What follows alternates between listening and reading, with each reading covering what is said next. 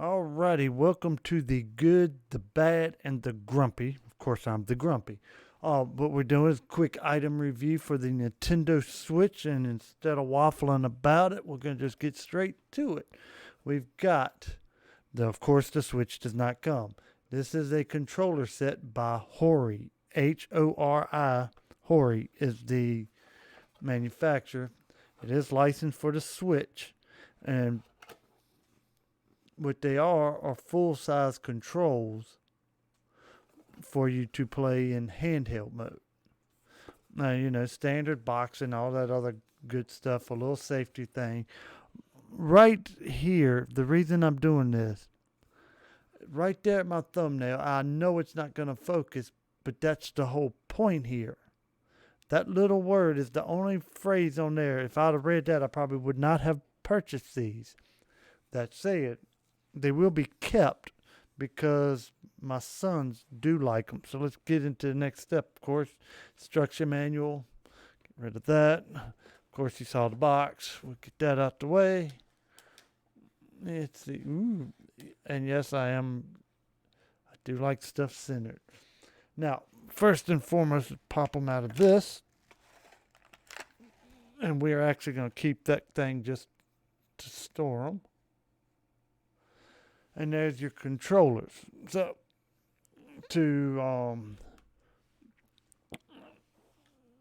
there it is beside your standard.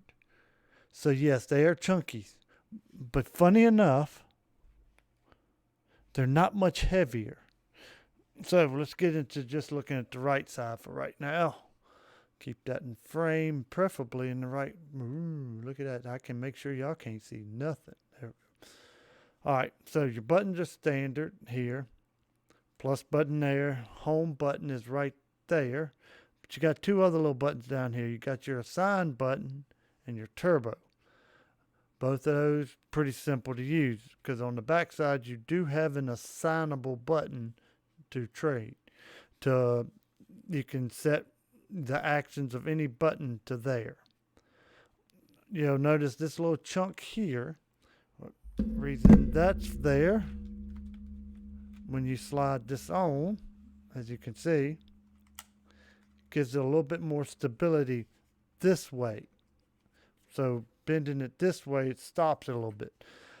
One of the bads, it does have a bit of a ridge here. It doesn't sit flush like these do. Not exactly something I'm going to cry over because once both of them are on,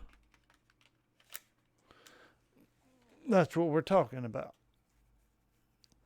So hold wise, well, of course, I mean, your hands, it's just naturally better for anybody with bigger hands.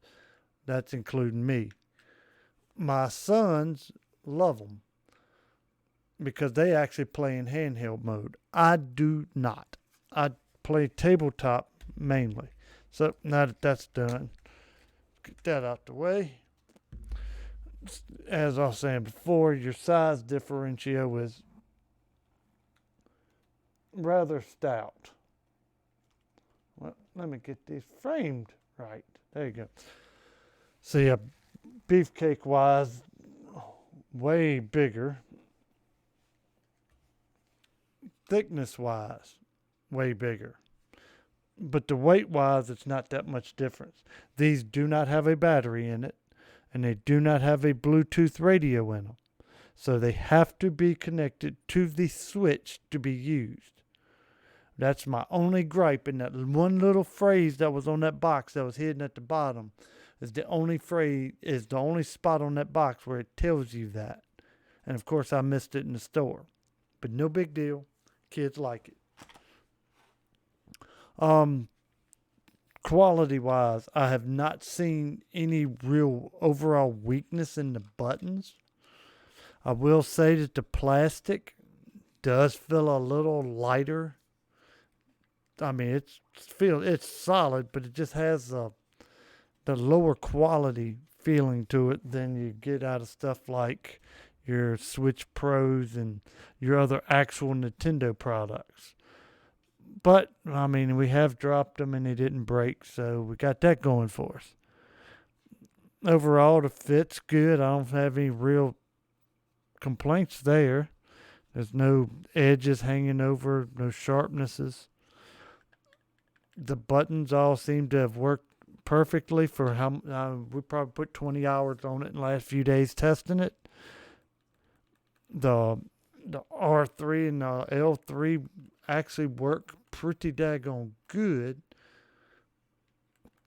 without accidentally being able to move these. So it's got a good center lock on your joysticks. Joysticks are got a lot more range of motion than your Joy-Cons, so definitely worth having. Uh, Everything else, I mean, fitting whatever you're talking about there, just seems good to me. I don't see anything really to waffle much over about. Pretty good product for the. That would probably have to be in the section called the bad. The price for not having Bluetooth, because it doesn't have any Bluetooth connectivity. It doesn't have a battery in it. It also does not have vibration or gyro controls. So the bad for this is going to be the price. That's $50 for something that has just basic stuff to it. It might be worth it to you, might not be. So there's your bad. And the grumpy, just the fact that I couldn't connect it. I couldn't play with those on tabletop.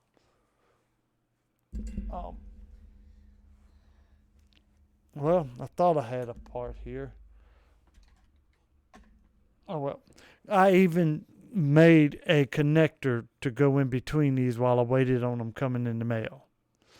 To where these two would be connected just like this. Would have been the perfect portable set of games. So that's where I was grumpy because the wording was there, but I could not see it on the site that I was on.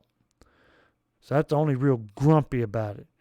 Because it ain't like that's a bad. They had it worded. I couldn't find it because that was more along the line of a site issue versus the actual product. Still grumpy though. Other than that, we're gonna end up calling that a day. All in all, personally, I would put them in the $30 to $35 range, not 50. So maybe look for them on sale.